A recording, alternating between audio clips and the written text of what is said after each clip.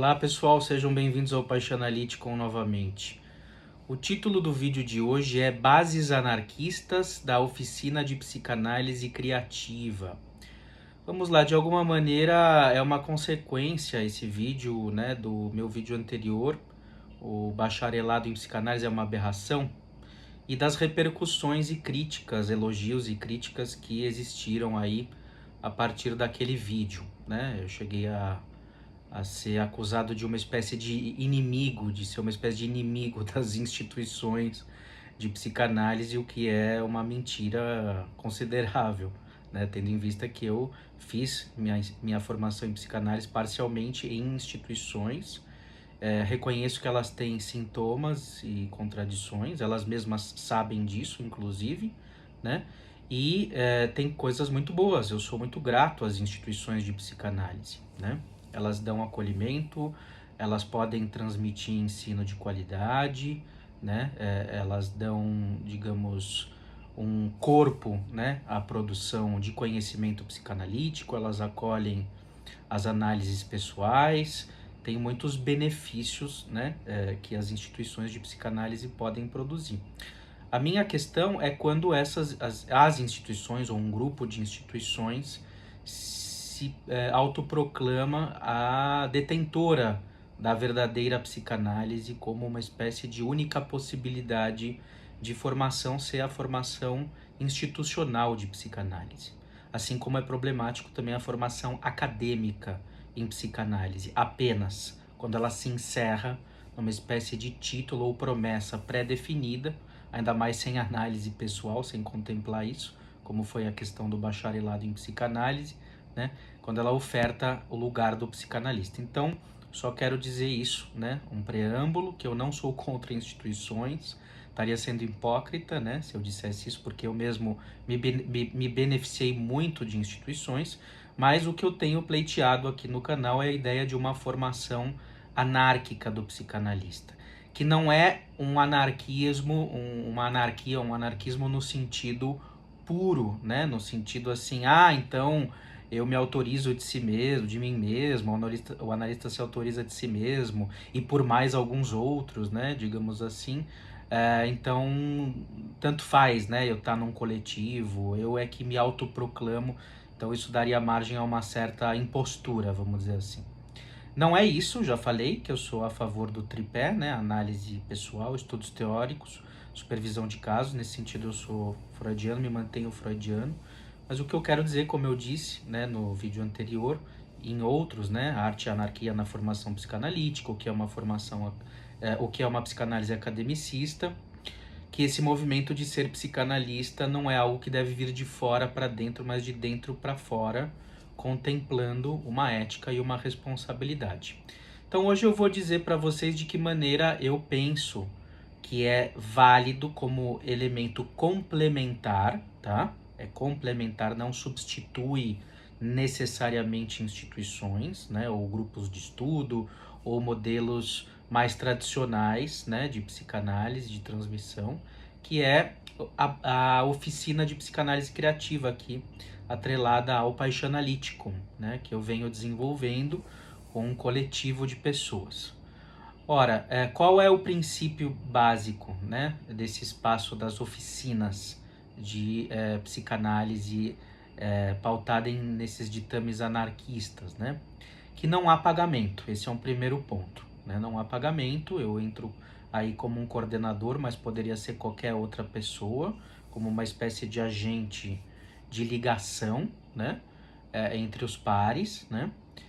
Mas eu não sou pago para isso. Então há uma transferência de trabalho pautada na pulsão de vida, no desejo, né, no entrosamento, no reconhecimento. Então sim, analista se autorizando de si mesmo na relação com alguns outros. Então tem a questão dos outros, dos pares colocada, não é uma autoproclamação autística do lugar do psicanalista, é um construto, né, que vai se dando entre pessoas, né?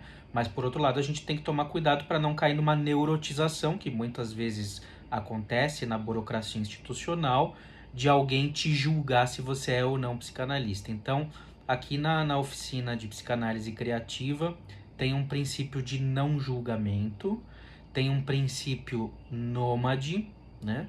Então, o segundo princípio é o não julgamento, o terceiro princípio é um princípio nômade, ou seja, você pode fazer análise com quem você quiser, você pode estar numa instituição X, o fulano na Y, o outro na A, na B, na C. Não me importa com quem você faz análise, se até numa outra abordagem, enfim, mas é importante estar dentro de um processo de análise, digamos assim, e você pode transitar pela oficina, né? Então são pessoas aí que têm experiências clínicas, né? Ou que estão no começo, mas digamos têm um pacto ético de sigilo, né? Que querem absorver conhecimento e dar contribuição, saber fazer pulsional às construções que são feitas, né, nessa oficina, e nessa oficina se discutem casos clínicos, recortes, questões da psicanálise, questões do contemporâneo, dúvidas, eventualmente atravessamentos pessoais, enfim, ela tem, digamos, um caráter até terapêutico. Nesse sentido, nós temos até testemunhos de pessoas que estão aí na oficina e que de alguma maneira conseguiram uma saída para um certo desamparo, para uma certa solidão que não estava sendo acolhida em outros meios psicanalíticos, por exemplo, onde o estilo clínico dessa pessoa não era, digamos, validado, ou não havia outorga, né, simbólica, né, autorização, melhor dizendo, para essa pessoa exercer o trabalho clínico do jeito que ela estava fazendo. Então não é uma coisa assim do tipo vale tudo, uma anarquia no sentido ruim do termo que vale tudo, não. A gente pensa as coisas, tem, digamos, princípios de responsabilidade, de ética, de não haver nenhum tipo de atropelo moral ou ideal em relação a ninguém. Então sim, é psicanalítico nesse sentido. Então não é um vale tudo, mas por outro lado é uma oficina de criatividade, ou seja, nós estamos preocupados não em cagar regra na cabeça de ninguém, do que é o que não é psicanálise, que é muito comum, né, na formação as pessoas ficarem ouvindo isso não é psicanálise, isso pode, isso não pode, de uma maneira vertical e hierárquica, mas é pensar um saber fazer pulsional que existe dentro de cada um, que pode ou não ser desenvolvido dentro de um processo de análise. Geralmente, uma análise bem sucedida é óbvio que desenvolve isso, mas tem pessoas até que vêm com isso de uma maneira meio natural, tem um feeling, né? E que às vezes nem fazem análise há muito tempo, ou nem fazem análise que tem isso. Mas na oficina a gente, digamos, solicita que haja uma entrada, né? A partir de um comprometimento com a psicanálise de alguma forma. Porém, esse comprometimento com a psicanálise, essa relação horizontal, não é do tipo eu vou checar a sua qualidade, né? Não é no sentido de se colocar num lugar de autoridade, de maestria, mas é permitir que a psicanálise ela circule como uma ferramenta de bolso, como um instrumento de reflexão, de approach clínico, né? Sempre dando espaço para o estilo de cada um se produzir, e aí coletivamente, conforme não existirem esses olhares reprobatórios, muitas intervenções diferentes acabam surgindo. E é isso justamente que eu acho que faltam tanto na psicanálise, nas instituições, que hoje eu gravava um outro vídeo com o Luiz Carlos Petri, meu amigo, né, sobre a topologia lacaniana na formação psicanalítica, e ele disse que as instituições de psicanálise tendem a um modelo esférico, na opinião dele, porque elas tentam reduzir tudo a um único ponto. Principalmente as instituições lacanianas, né, porque é só Freud e Lacan, então elas determinam as pautas, né, assim, as coisas que vão ser ditas, o estilo, as revistas têm sempre as mesmas temáticas e todo mundo tem que, digamos, produzir num certo afunilamento, né? Tudo aquilo que é diferente tende a gerar um certo desconforto ou uma surpresa, né? E que pode gerar muitas dificuldades. Isso não sempre, né? Claro, mas há uma tendência disso acontecer. Então, essa oficina de psicanálise criativa, esse princípio anárquico de autogestão, responsabilidade interiorizada, é um modelo relativamente recente, embora eu esteja bastante entusiasmado com ele, tem dado bons resultados e ele é complementar, tá? Não está substituindo nada, por isso não é uma instituição, não é uma formação em psicanálise, embora possa também fazer parte da formação. Inclusive, não só comigo, claro, eu sou quem desenvolveu isso, mas também tem outras pessoas que fazem isso às vezes, né? E a gente não fica sabendo de uma maneira meio em off, né? Nos bastidores, que a gente não sabe. Mas tem muitos grupos de psicólogos, psicanalistas que se unem por transferência, por afinidade, que não são grupos pagos, e desses grupos muito se produz. Inclusive o próprio cartel, né? De alguma maneira o cartel lacaniano, né? Ele é um modelo que é uma organização temporária pautada em transferência de trabalho. Então, de alguma maneira, o que eu estou dizendo não é assim absolutamente inédito, de alguma maneira é inspirado sim nos textos lacanianos, até da formação do analista, né? Então a gente não está ali preocupado em outorgar título a ninguém, não há um prazo pré-definido, não é pago, não há uma hierarquia, o saber circula de maneira horizontal. É algo que nesse sentido está mais próximo do inconsciente, da pulsão e da transformação. É uma usina de ideias nesse sentido. Nós podemos tentar organizar pautas e coisas que podem ser conversadas, mas geralmente tem um efeito meio stand-up, ou seja, os assuntos eles surgem de repente. Cada reunião, quem aparece, né, pode trazer repentinamente um assunto que está ali atravessando e a gente discute, né? Então, digamos assim que ela tem a ver com um gesto espontâneo, onde não é necessário ser fiel a algum tipo de cláusula ou protocolo, mas sim um alinhamento energético de respeito entre todos. Esse é o único pré-requisito, digamos assim, e claro, né, a questão de um compromisso com a psicanálise, embora não de forma a encerrar a psicanálise do tipo, somos psicanalistas. Não, podem ter terapeutas, psicólogos, pessoas que trabalham com pessoas, né, instituições, em consultório particular, enfim, artistas, né, artistas plásticos, atores, né, cantores, né, vários tipos de artistas que têm incursões na psicanálise que às vezes podem também trazer experiências no ramo das artes para pensar a clínica psicanalítica. Então, o paradigma aí é o paradigma das artes. Arte e anarquia na formação psicanalítica é o vídeo, um dos vídeos anteriores a esse. Depois, minha posição em relação ao bacharelado, né? E agora esse vídeo em que eu tô desenvolvendo um pouco mais de que maneira eu penso, né? A transmissão, mais do que formação da psicanálise, que eu acho que é sempre contínua, mas a transmissão da psicanálise, que não é tanto pelo notório saber, no sentido do conhecimento acadêmico, de termos e conceitos, tipo um dicionário de psicanálise ambulante, enciclopédico, né? Mas no sentido de um saber fazer pulsional. Para mim, para a psicanálise se manter viva, é importantíssimo isso. E eu acho que é um mecanismo que deve permanecer fora das instituições, porque as instituições tendem a cobrar, né?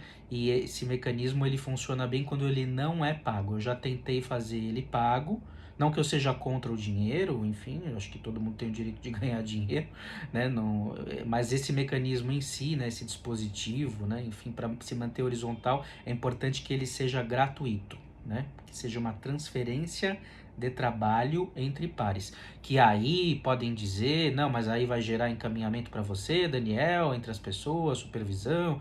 Sim, pode até ser que gere mesmo, e gera, né, por causa da transferência de trabalho, mas até aí, né, qual é o problema da gente ganhar dinheiro? A gente precisa ganhar de alguma coisa, mas o objetivo em si, né, é, digamos, a transformação e digamos, eu não gosto muito dessa palavra, mas a evolução, ou refinamento da psicanálise, a sofisticação da psicanálise, para mantê-la viva. E aí, se a gente pudesse sustentar com isso, enfim, para sobreviver, por que não? Porque afinal de contas, se o analista não pode pagar suas contas, ele também não poderia ser psicanalista. Então aqui eu também não estou idealizando nenhum tipo de modelo de formação 100% gratuita ou baseada em princípios, vamos dizer assim, de puro gesto social.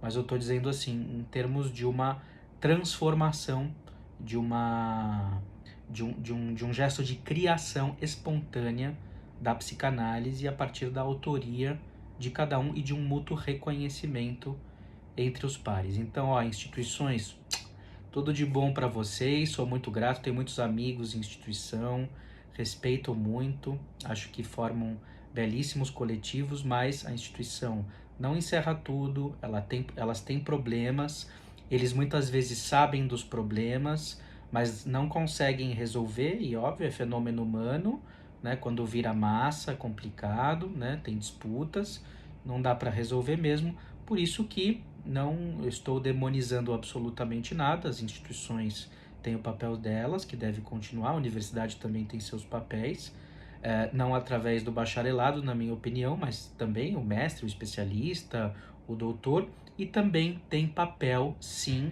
um dentro e um fora, aí, de uma maneira moebiana, pegando o Lacan, né?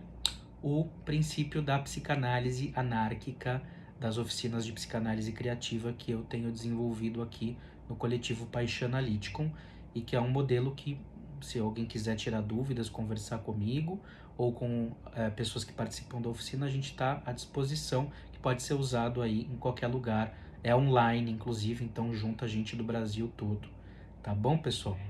Então é um paradigma, é um modelo, é uma ferramenta de trabalho relativamente nova, na minha opinião, embora tenham pessoas que faziam isso de maneira informal. Agora eu estou formalizando esses princípios aqui no vídeo, tá bom? Então é algo que qualquer um pode usar, estando nas instituições ou não, mas de preferência que utilize fora do espaço institucional, questão de extimidade, de exogamia, que é muito importante aí no Lévi-Strauss, né, no Lacan, para a gente não ficar fechado numa bolha. Grande abraço a vocês e até o próximo vídeo.